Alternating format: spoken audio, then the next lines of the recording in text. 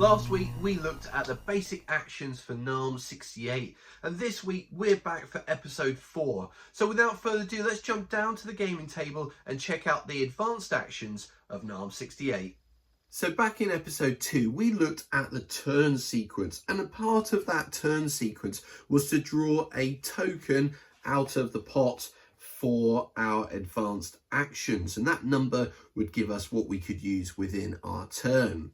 So today we're going to be looking at advanced actions and explaining what they are and how we use them. We are using the same scenario that we have been throughout this series so far. We are playing a 1-squad level game at Lima threat level, and we will be going through the actions with just one fire team today to save a bit of confusion.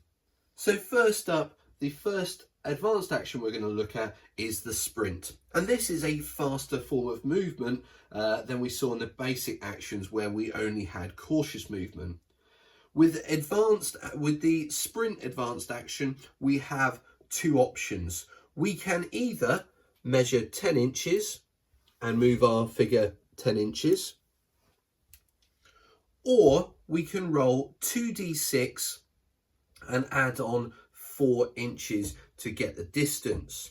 And in that instance, we'll put our person back and we'll roll our 2d6, and here I've got a 7 and I'm going to add 4 onto that, making that a move of 11 inches.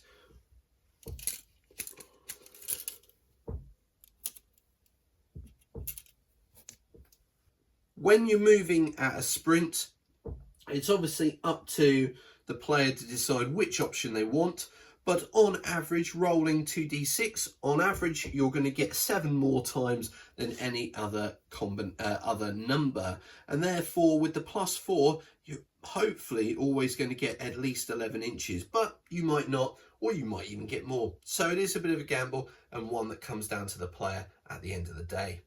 Next up, we have the advanced action run and gun.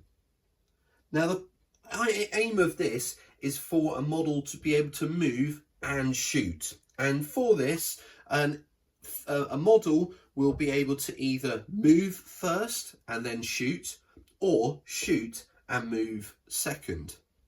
And to do this, the figure is going to move 5 inches like a cautious move, and then they are going to use suppressing fire.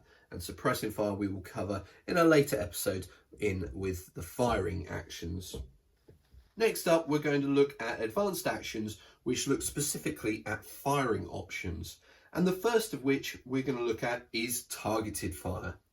Now, targeted fire is different to suppressing fire because with targeted fire, you're going to specifically pick a target such as an enemy model, and you're going to concentrate your fire at that target. And for this you need to be specific on details. So if your model has multiple weapons, then you need to nominate the weapon that they are using. And if that weapon has multiple different ammunition types, you also need to nominate which type of ammunition is being fired.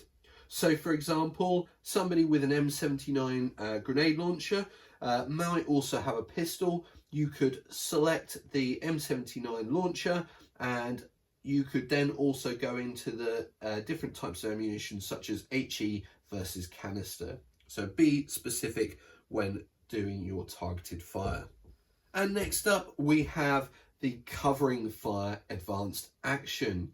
And this works a bit like ambush fire. If you're familiar with Battle Group, then this is the same sort of idea. So if my point man by the hut, I want to use an advanced action of covering fire, for me, I'm going to put down a token, and this comes straight from the Battle Group set, and it says ambush fire on it. And that's just my preference. Now that allows me to interrupt the enemy player's turn and use either suppressing fire or targeted fire. And it doesn't cost an extra action because essentially we've already paid for it with our advanced action in our turn. Next up, we have the advanced action search. And for this, a model will need to be next to the item or area that is intended to be searched, whether that is a hut, a vehicle, or a stack of crates, for example. They will need to be next to it. Once they are there, they can be given the advanced action search. And for this, we then turn to the search table on page 89 and we roll a d6 to determine what we found. The next advanced action we're going to look at is the challenge civilian, and this is for the US player only. Now, to challenge a civilian, a US model needs to be within 2 inches of the civilian target. If the civilian is not a VC infiltrator, then it's removed from the table. But if the model is a VC infiltrator, then it is immediately revealed. The next advanced action is drive. And as per a single model, somebody who's driving a vehicle will move the vehicle up to its maximum speed as per the vehicle's data card. Now in this clip, I don't actually have a US vehicle, but we're using the van as the example. And again, what I would do is I would go to the vehicle's data card, check out the maximum speed, and then I could move that model up to that distance. Next up, we have the advanced action medic. Now, any figure can provide first aid, but ideally those with the medic skill are best at it. And for that, a single model will need to be in contact with the wounded model, such as here.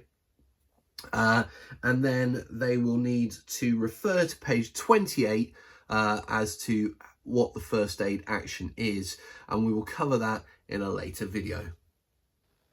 So up next we have the advanced action commanding. Now this action can only be done with a model that has the commander special rule. It also must be, that model must also be in contact with the RTO. So on this example on screen, we can see the man at the front with his arm up, commanding next to his radio operator.